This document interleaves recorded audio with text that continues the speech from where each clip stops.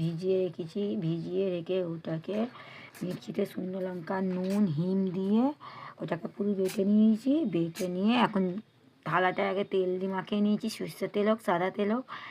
এইবার বড়া বানাচ্ছি, দেবো। রোদে দেওয়ার পর উল্টে পাল্টে নেবো, এক পিস শুকিয়ে যাবে, উল্টে পাল্টে দেবো। দেওয়ার পর এটা বড়ি বানাচ্ছি বিউটি। কেমন হচ্ছে আপনারাও বাড়িতে বানিয়ে তৈরি করে শেয়ার কমেন্ট করবেন। আমি আর একবার রিপিট করছি, বিউলির ডালের বড়ি। তো ওর মধ্যে দিতে হবে একটু হিং, শুকনো লঙ্কা হোক কাঁচা লঙ্কা হোক, যে যেটা খেতে পারে। ঝাল হলে বেশি ঝাল দেবেন, নাহলে কম, যে যেমন হবে। একটু নুন দিয়ে মিক্সিতে বেটে নেবেন। বেটে এরকম দেখুন আমি যেমন করছি ওই রকম কাপড়েও করতে পারবেন, হাতেও করতে পারবেন। করে তার আগে থালাটাতে সর্ষের তেল দিয়ে পুরো মেখে নেবেন, তারপরে বসাবেন। বসিয়ে রোদে দেবেন, দিয়ে শুকিয়ে গেলে আবার এক পিঠ উল্টে দেবেন, দিয়ে রান্না করে কেমন লাগছে আমাকে বলবেন। লাইক কমেন্ট শেয়ার করুন।